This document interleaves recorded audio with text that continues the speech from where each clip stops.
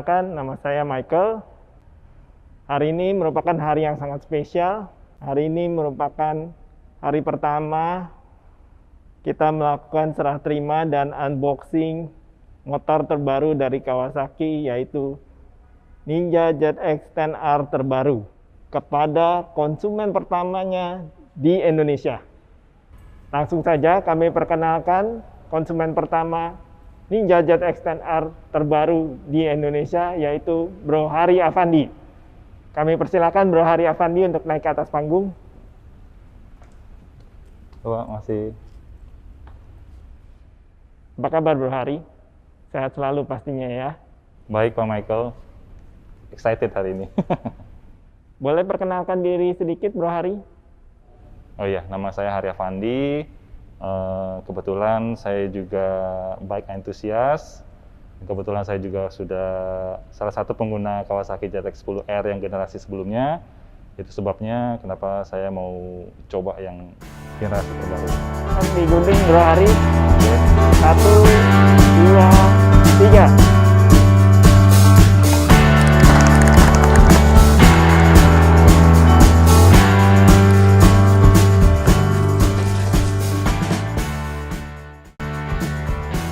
Satu pertanyaan lagi Bro Hari, kenapa memutuskan membeli New Ninja ZX 10R ini? Ya, seperti saya bilang, karena kebetulan saya sudah pernah pakai generasi sebelumnya, jadi saya sudah merasakan kelebihan-kelebihan motor Kawasaki ZX 10R. Itu sebabnya saya berani untuk dan penasaran untuk membeli yang generasi terbarunya, yang 2021. Karena saya lihat banyak fitur-fitur baru yang keren, dan canggih, nggak kalah sama yang lain. Dan menurut saya Kawasaki termasuk salah satu brand yang motornya tuh jarang rewel ya, jadi jarang bermasalah, kencang, jarang rewel, dan harganya tuh sangat terjangkau di kantong gitu. Auranya lebih mantep ya, lebih keren, lebih gahar, lebih maco dari yang sebelumnya. Keren banget, puas banget, dan fitur-fiturnya keren banget deh pokoknya. Tadi udah coba-coba dikit. Oke, kita langsung aja kita dengarkan mesinnya. Jadi Bro Hari, let's start the engine. Oke, thank you.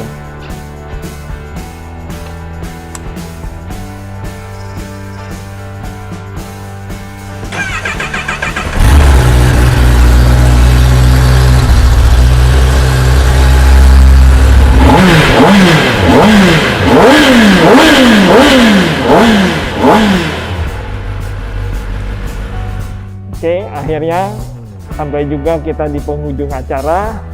Terima kasih seluruh Kawasaki lover dan motorcycle enthusiast telah menyaksikan acara hari ini. Stay safe, stay healthy, dan salam Kawasaki.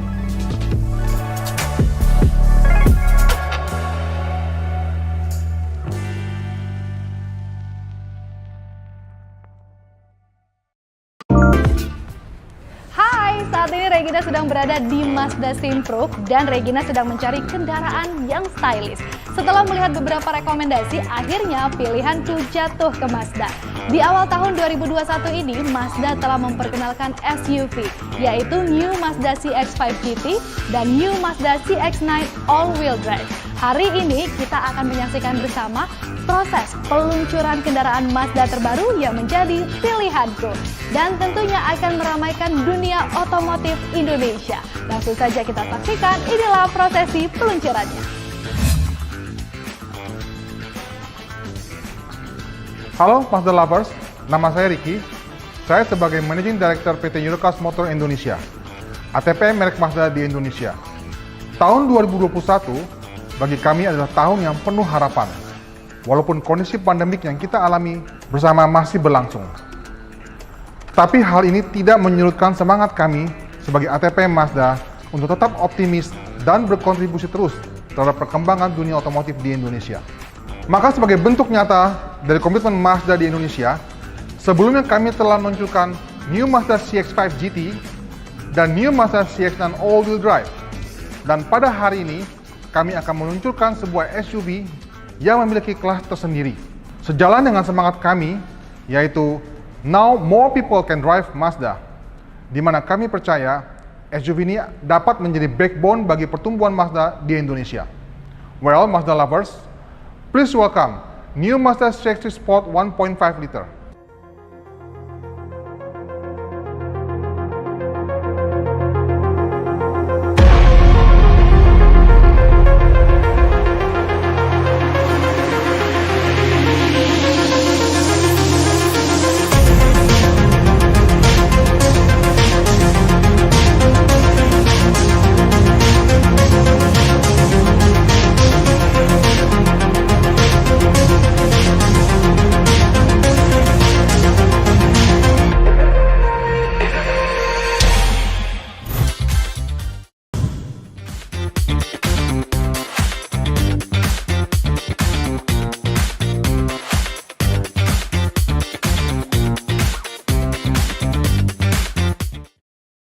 Nah, ini dia Mazda pilihan saya, New Mazda CX-3 Sport 1.5 liter. Dan untuk membahasnya, kita akan langsung ngobrol bersama dengan Pak Denis yang merupakan Sales Training Expert PT Eurocars Motor Indonesia. Hai Pak Denis. Halo Regina. Ya, silakan Pak Denis dengan penjelasannya. Ya, baik. Mazda CX-3 1.5 liter Sport kini hadir dengan mesin 1500 cc yang memiliki tenaga 111 PS dan torsi maksimal 144 Nm. Dan kesemua output tadi bisa tersalurkan secara sempurna berkat transmisi otomatis 6 percepatan Skyactiv Drive. Wow, berarti Mazda CX-3 Sport ini sendiri memiliki kemampuan untuk bermanuver di dalam kota ya Pak? Iya. Apalagi tampilan luarnya sendiri ini memanjakan mata. Ya, pas sekali Regina. Mazda CX-3 kini tampil menjadi lebih sporty berkat desain kodo yang masih konsisten dan juga ukuran 4 roda 18 inci dengan finishing gunmetal. Dan semuanya ini membuat CX-3 tampil lebih berkarakter lagi. Oke, nah ini kalau dari segi eksteriornya nih Pak Denis, gimana kalau dari segi interiornya? Fitur apa saja sih Pak Denis yang disempatkan oleh Mazda? Oke, kita cek interiornya ya. Oke, yuk. Oke, Regina, sekarang kita sudah berada di interior Mazda CX-3 Sport. Dan Regina bisa rasakan material berkualitas dan craftsmanship tingkat tinggi langsung dirasakan. Nah, selain itu, sekarang Mazda Connect juga sudah bisa dihubungkan secara nirkabel dengan handphone atau perangkat tertentu. Tentunya itu mempermudah ketika si driver ingin mengakses beberapa aplikasi sambil berkendara tetap aman. Berarti ini sebetulnya mempermudah kita Pak dan juga membuat kita lebih aman pada saat berkendara ya Pak? Iya, betul sekali Regina. Mazda CX-3 1.5 liter Sport semakin lengkap fitur keamanannya berkat kehadiran fitur Active Sense, yaitu pada bagian samping blind spot monitoring dan juga pada bagian belakang rear cross traffic alert. Semuanya memperlengkapi tidak hanya di bagian keselamatan pasif, aktif, tapi kini semakin proaktif. Kemudian Regina ada satu lagi. Apa tuh Pak Denis? Yaitu kunci di Mazda CX-3 ini semakin modern, kita bisa lihat pada tampilan kunci key fob-nya.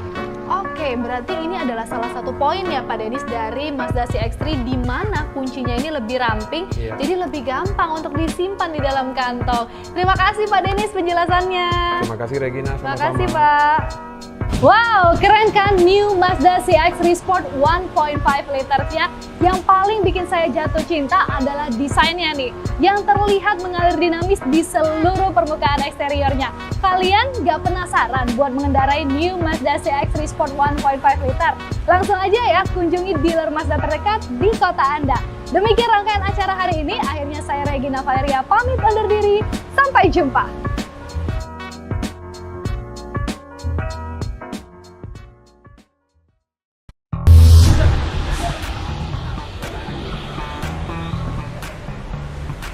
Kak Diandra, ada mau kemana? Aku mau ke dalam dulu, pekerjaan kita berempat baru saja dimulai.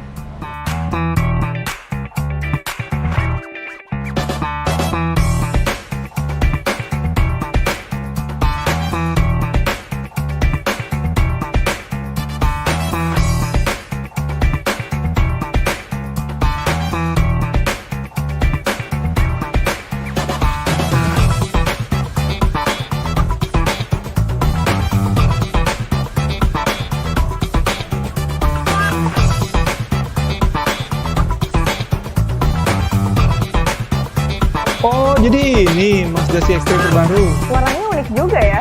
Jadi ini pakai mesin 1500 cc. Ada teknologi apa aja ya? Kira-kira gimana ya impresi berkendaranya kalau kita bawa untuk harian? Ciri khas Mazda apa aja ya yang ada di sini? Oke, kalau gitu gue mau cobain semua fitur yang ada dalam mobil. Wah bener Nol, kayaknya bakal asik nih di tes di dalam kota. Oke, siapa yang mau duluan? Bebas. Yang penting kita tes dulu nih sepuasnya. Oke kalau gitu.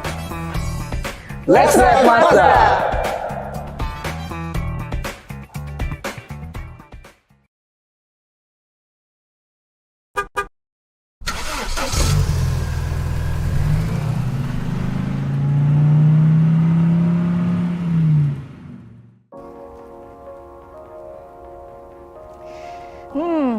Ngeri banget ya emang ya kalau misalkan ada kecelakaan yang memang sudah sebegitunya membahayakan nyawa.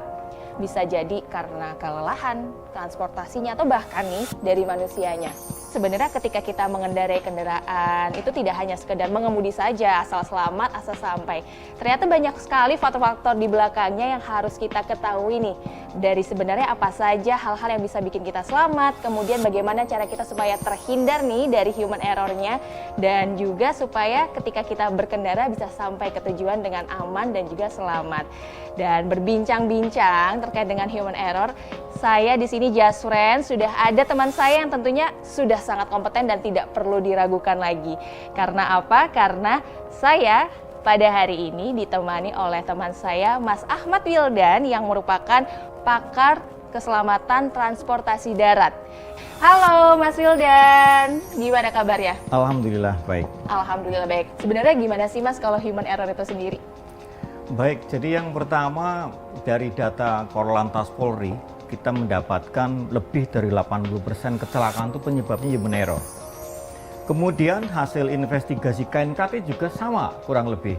Jadi kita mendapatkan sebagian besar sekitar 80% itu penyebabnya human error. Namun yang perlu dipahami nih, human error itu nggak bisa sama rata semuanya. Jadi kalau pemahaman kita selama ini human error obatnya sosialisasi. Bukan. Human error itu ada 3 macam. Jadi yang pertama nih, yang disebut dengan skill based error. Jadi error yang disebabkan karena seseorang tidak kompeten. Error yang kedua disebut dengan loss of situation awareness.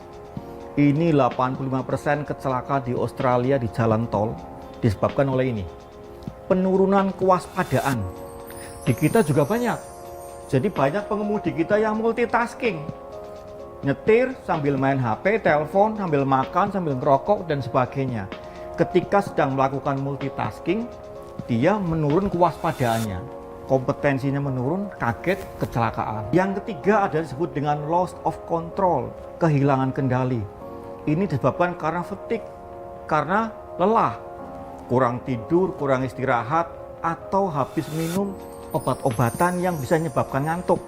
Sehingga tidur sambil menyetir, disebut dengan microsleep. Tidur sesaat, kita hanya tidur sekian detik, tapi kemudian jalan kita kemana nggak tahu, sehingga terjadilah kecelakaan, dan ini sudah banyak terjadi. Itulah kurang lebih disebut dengan human error. Sebenarnya kalau upaya terbaik nih untuk bisa sebenarnya mengatasi kelelahan itu sendiri ketika kita mengemudi supaya bisa selamat, itu gimana Mas? Bagus ya Mas? Oke, Jasfriend. Untuk menghindari agar kita terhindar dari human error, ada 3 kunci keselamatan yang harus diperhatikan oleh kita. Yang pertama, kompeten. Pastikan kita kompeten menguasai mengendalikan kendaraannya, pahami teknologinya, pahami sistemnya. Yang kedua, disiplin. Patuhi peraturan lalu lintas. Jangan langgar batas kecepatan. Ingat, jalan tol kita mungkin aman dilalui lebih dari 100 km per jam. Kendaraan kita aman untuk lari sekitar 150 juga masih aman. Yang nggak aman tuh diri kita sendiri. Karena ketika kita melanggar batas kecepatan, konsekuensi yang ditebus adalah waktu reaksi kita makin berkurang. Jadi kita timbul pertanyaan, apakah kita siap sebagai seorang pembalap? Jadi di sini batas kecepatan adalah didasarkan pada perhitungan human error, yaitu waktu reaksi.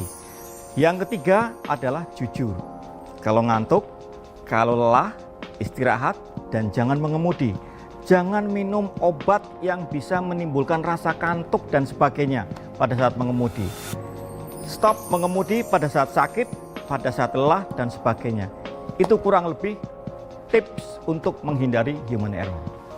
Wah, mantep banget nih apa yang udah di-sharing sama Mas Wildan. Tentunya menjadi suatu informasi penting bagi kita bersama. Dan jangan lupa Just Friend untuk bisa di-sharing ke orang-orang terdekat, mau itu keluarga, orang-orang tersayang. Karena apa? Karena kita di sini harus bisa membentuk suatu habit menjadi pengemudi yang selalu mengutamakan keselamatan dalam berkendara. Dan untuk itu terima kasih Mas Wildan untuk waktunya. Selamat beraktivitas dan sampai jumpa.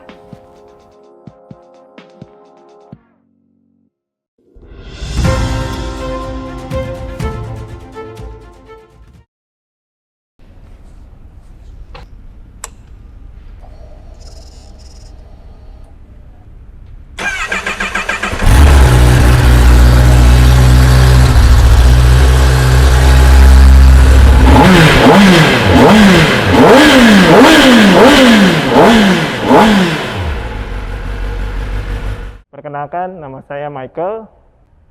Hari ini merupakan hari yang sangat spesial. Hari ini merupakan hari pertama kita melakukan serah terima dan unboxing motor terbaru dari Kawasaki, yaitu Ninja ZX-10R terbaru kepada konsumen pertamanya di Indonesia. Langsung saja kami perkenalkan konsumen pertama Ninja ZX-10R terbaru di Indonesia, yaitu Bro Hari Afandi. Kami persilakan Bro Hari Afandi untuk naik ke atas panggung. Wah, masih. Apa kabar Bro Hari? Sehat selalu pastinya ya. Baik Pak Michael, excited hari ini. Boleh perkenalkan diri sedikit Bro Hari? Oh iya, nama saya Hari Afandi. Kebetulan saya juga bike enthusiast. Kebetulan saya juga sudah salah satu pengguna Kawasaki ZX-10R yang generasi sebelumnya. Itu sebabnya kenapa saya mau coba yang generasi terbaru. Digunting Bro Hari. 1, 2, 3.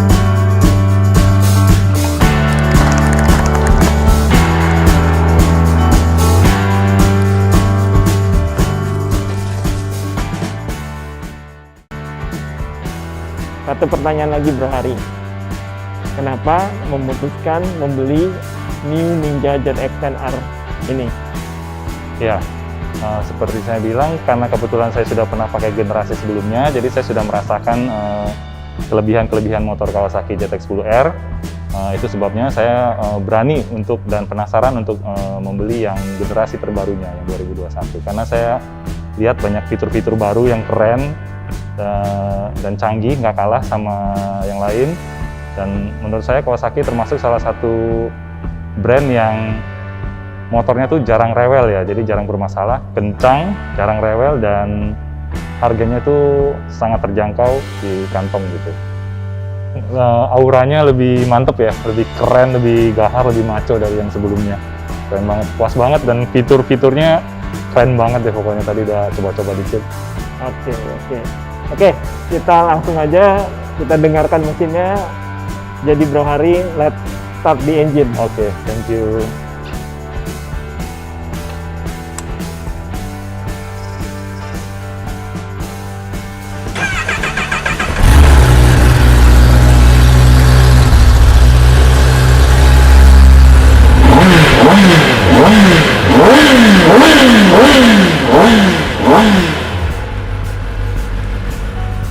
Oke, akhirnya sampai juga kita di penghujung acara. Terima kasih seluruh Kawasaki lover dan motorcycle enthusiast telah menyaksikan acara hari ini. Stay safe, stay healthy, dan salam Kawasaki.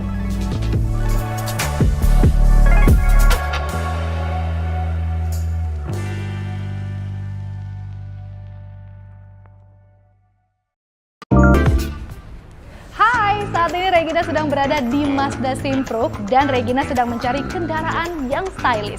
Setelah melihat beberapa rekomendasi, akhirnya pilihan tuh jatuh ke Mazda. Di awal tahun 2021 ini, Mazda telah memperkenalkan SUV, yaitu New Mazda CX-5 GT dan New Mazda CX-9 All-Wheel Drive.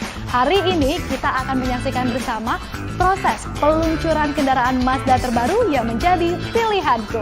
Dan tentunya akan meramaikan dunia otomotif Indonesia. Langsung saja kita saksikan, inilah prosesi peluncurannya. Halo Mazda Lovers, nama saya Ricky.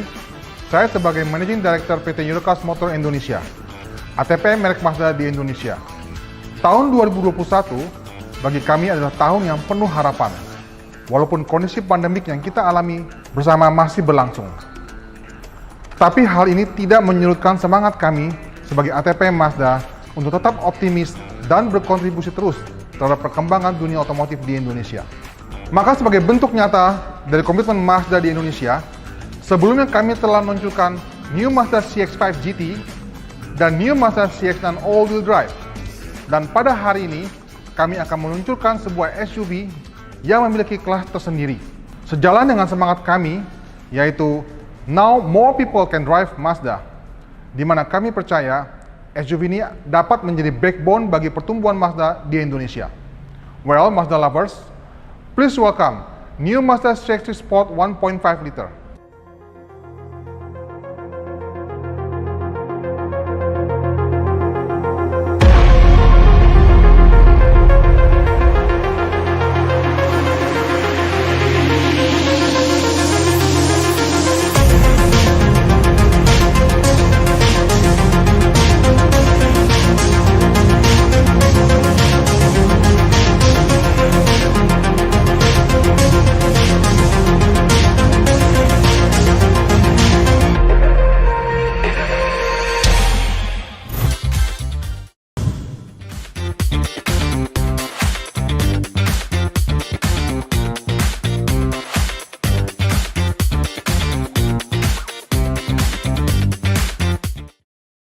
Nah, ini dia Mazda pilihan saya, New Mazda CX-3 Sport 1.5 liter. Dan untuk membahasnya, kita akan langsung ngobrol bersama dengan Pak Denis yang merupakan Sales Training Expert PT Eurocars Motor Indonesia. Hai Pak Denis. Halo Regina. Ya, silakan Pak Denis dengan penjelasannya. Ya, baik. Mazda CX-3 1.5 liter Sport kini hadir dengan mesin 1500 cc yang memiliki tenaga 111 PS dan torsi maksimal 144 Nm. Dan kesemua output tadi bisa tersalurkan secara sempurna berkat transmisi otomatis 6 percepatan Skyactiv Drive. Wow, berarti Mazda CX-3 Sport ini sendiri memiliki kemampuan untuk bermanuver di dalam kota ya Pak? Iya. Apalagi tampilan luarnya sendiri ini memanjakan mata. Ya, pas sekali Regina. Mazda CX-3 kini tampil menjadi lebih sporty berkat desain kodo yang masih konsisten dan juga ukuran 4 roda 18 inci dengan finishing gunmetal. Dan semuanya ini membuat CX-3 tampil lebih berkarakter lagi. Oke, nah ini kalau dari segi eksteriornya nih Pak Denis, gimana kalau dari segi interiornya? Fitur apa saja sih Pak Denis yang disempatkan oleh Mazda? Oke, kita cek interiornya ya. Oke, yuk. Oke, Regina, sekarang kita sudah berada di interior Mazda CX-3 Sport.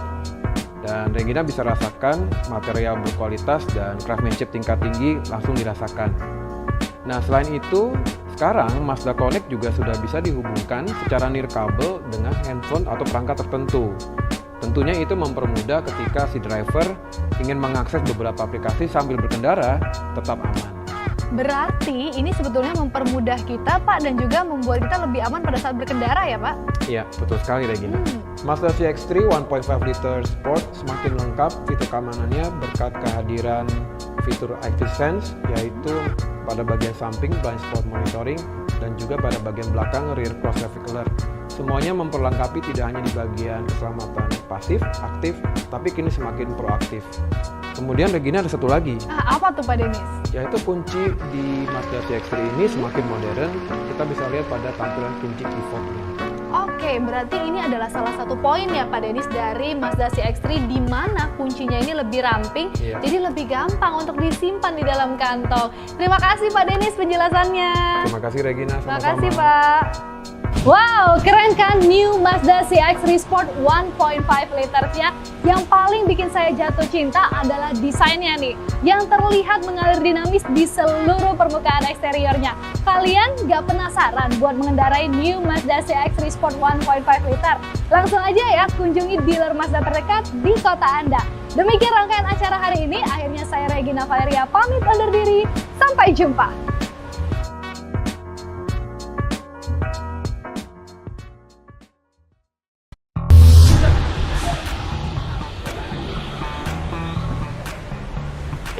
Kak Diandra, ada mau kemana? Aku mau ke dalam dulu, pekerjaan kita berempat baru saja dimulai.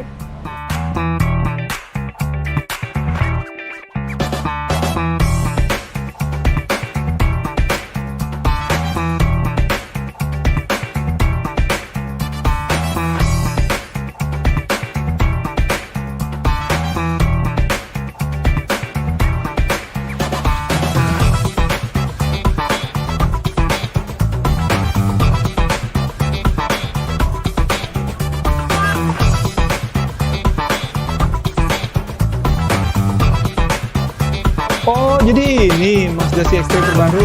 Warnanya unik juga ya. Jadi ini pakai mesin 1500 cc. Ada teknologi apa aja ya? Kira-kira gimana ya impresi berkendaranya kalau kita bawa untuk harian? Ciri khas Mazda apa aja ya yang ada di sini?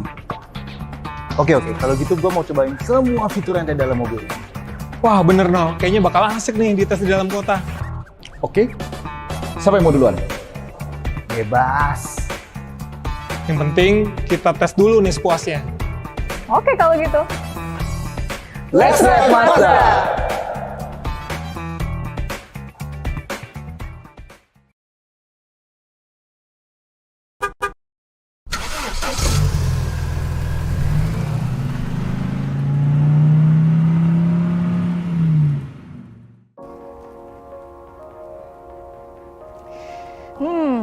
Ngeri banget ya emang ya kalau misalkan ada kecelakaan yang memang sudah sebegitunya membahayakan nyawa. Bisa jadi karena kelelahan, transportasinya, atau bahkan nih dari manusianya. Sebenarnya ketika kita mengendarai kendaraan, itu tidak hanya sekedar mengemudi saja, asal selamat, asal sampai. Ternyata banyak sekali faktor-faktor di belakangnya yang harus kita ketahui nih. Dari sebenarnya apa saja hal-hal yang bisa bikin kita selamat, kemudian bagaimana cara kita supaya terhindar nih dari human error-nya, dan juga supaya ketika kita berkendara bisa sampai ke tujuan dengan aman dan juga selamat. Dan berbincang-bincang terkait dengan human error, saya di sini Jasren, sudah ada teman saya yang tentunya sudah sangat kompeten dan tidak perlu diragukan lagi.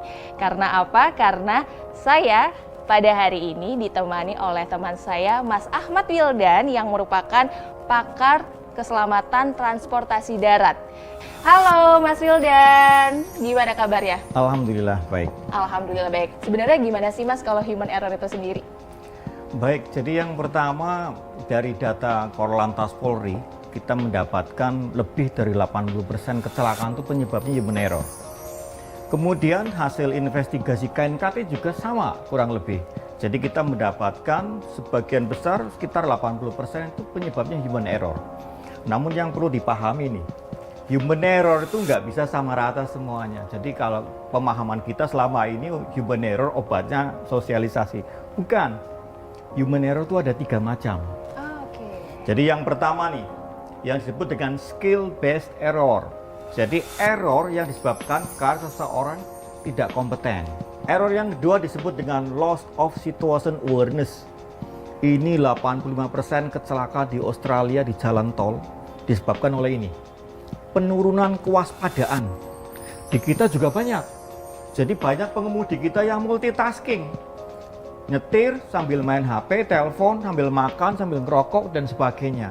Ketika sedang melakukan multitasking, dia menurun kewaspadaannya, kompetensinya menurun, kaget, kecelakaan. Yang ketiga adalah disebut dengan loss of control, kehilangan kendali. Ini disebabkan karena fatigue, karena lelah, kurang tidur, kurang istirahat, atau habis minum obat-obatan yang bisa menyebabkan ngantuk, sehingga tidur sambil menyetir, disebut dengan microsleep, tidur sesaat. Kita hanya tidur sekian detik, tapi kemudian jalan kita kemana nggak tahu, sehingga terjadilah kecelakaan dan ini sudah banyak terjadi. itulah kurang lebih disebut dengan human error. Sebenarnya kalau upaya terbaik nih untuk bisa